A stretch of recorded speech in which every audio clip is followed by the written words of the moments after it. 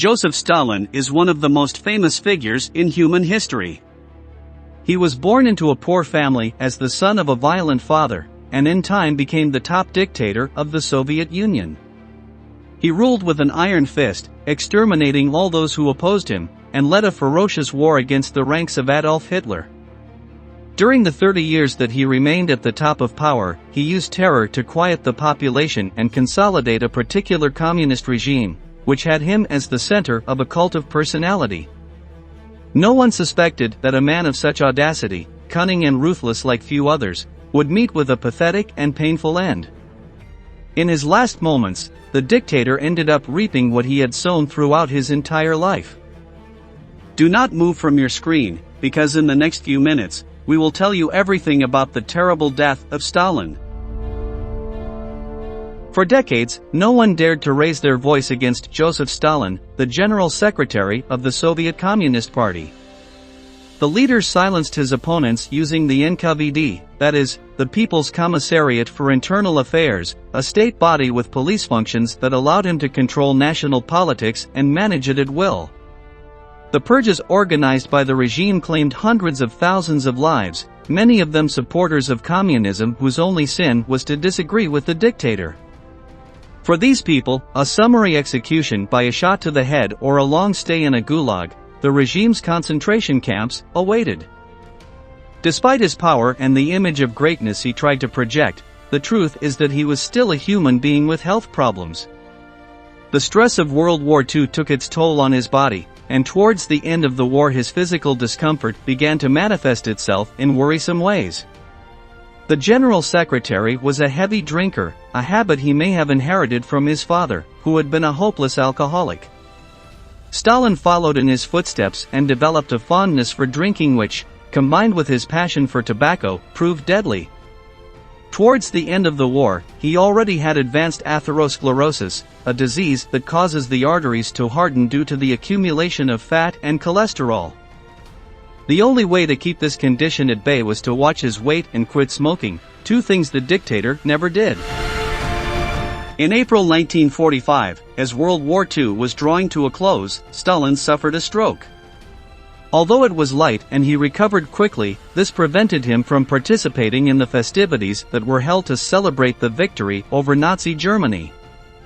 At this event, the Secretary General was supposed to parade on horseback, saluting the population like a hero. Since he was in no condition to ride, these honors went to General Zhukov, who had led the Red Army.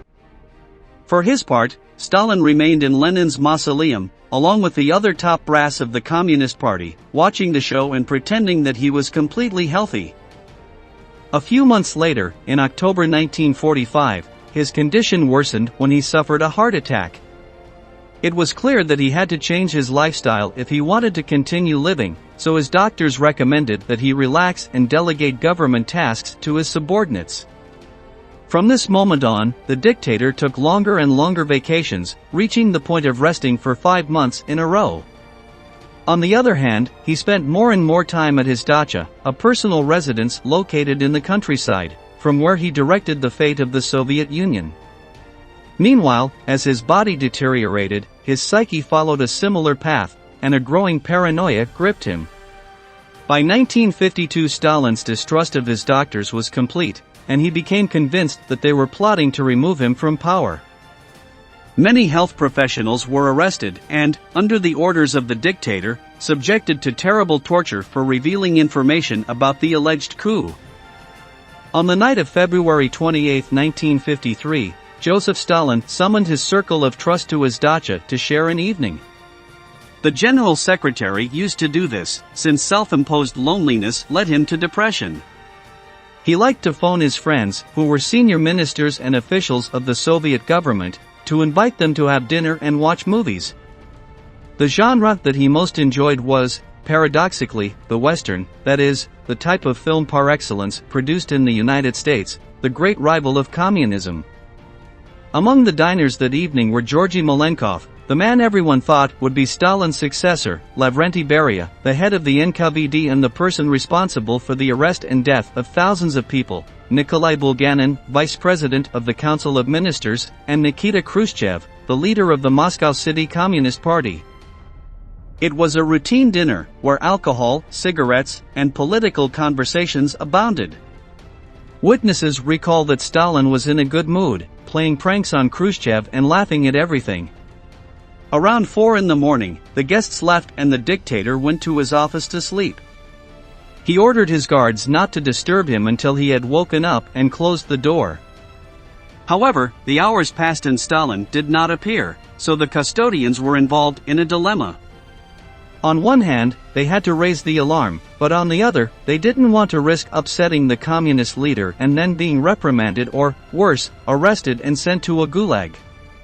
That is why no one said anything until, at 11 p.m. on the 1st of March, the housekeeper entered the office and found a chilling image. Joseph Stalin was lying on the floor, in a t-shirt and pajama pants, unconscious and covered in a pool of urine. Beria, Malenkov, Khrushchev and Bulganin were telephoned and arrived at the dacha around dawn on March 2nd. At first, nobody wanted to bring a doctor because of the distrust that the dictator had towards health professionals. After much debate, a trusted doctor examined the dictator and noted that his blood pressure was too high, causing him to have a stroke. They moved his body to the sofa in the dining room, where they covered him with a rug so he wouldn't be cold. The doctors who examined him were terrified, as they thought that if their patient died, they would be accused of treason and killed. The chosen treatment was unusual, as it consisted of putting leeches on his face to drain blood and lower blood pressure. Stalin's sons were summoned to the dacha to see their father, who was half paralyzed and unresponsive. The eldest, the silly, was drunk, and began to shout that the dictator had been poisoned by his enemies. They had to remove him from the room so he wouldn't cause any more trouble. Although no one believed his words, the truth is that mistrust gripped the Secretary General's inner circle, and the men immediately began plotting to define who would take power after Stalin's death. At that point, everyone already considered him dead, and there were even those who suspected that Lavrenti Beria, the head of Soviet security, could have administered a toxic substance during the last meeting. However, this was never proven, and everything indicates that the Secretary General died due to his poor health and after a life of excesses and stress. According to other rumors, his trusted men delayed the arrival of a doctor as long as possible in order to make sure that the situation was irreversible. In any case, there is no way of knowing what would have happened if a doctor had seen him in time. On March 5, his condition worsened, he vomited blood and suffered a stomach hemorrhage. At 9:50 p.m. he passed away. The next day, the population was informed of the death of the supreme leader of the Soviet Union and a national mourning was declared. A fight broke out within the Communist Party that ended up crowning Nikita Khrushchev as the new general secretary of the party, while Lavrenti Beria was arrested, tried and executed with a shot to the head.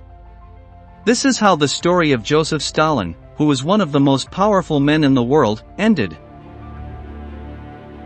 We have reached the end of the video. Leave us your comment below and don't forget to subscribe to our channel to learn about many more military events that left their mark on history.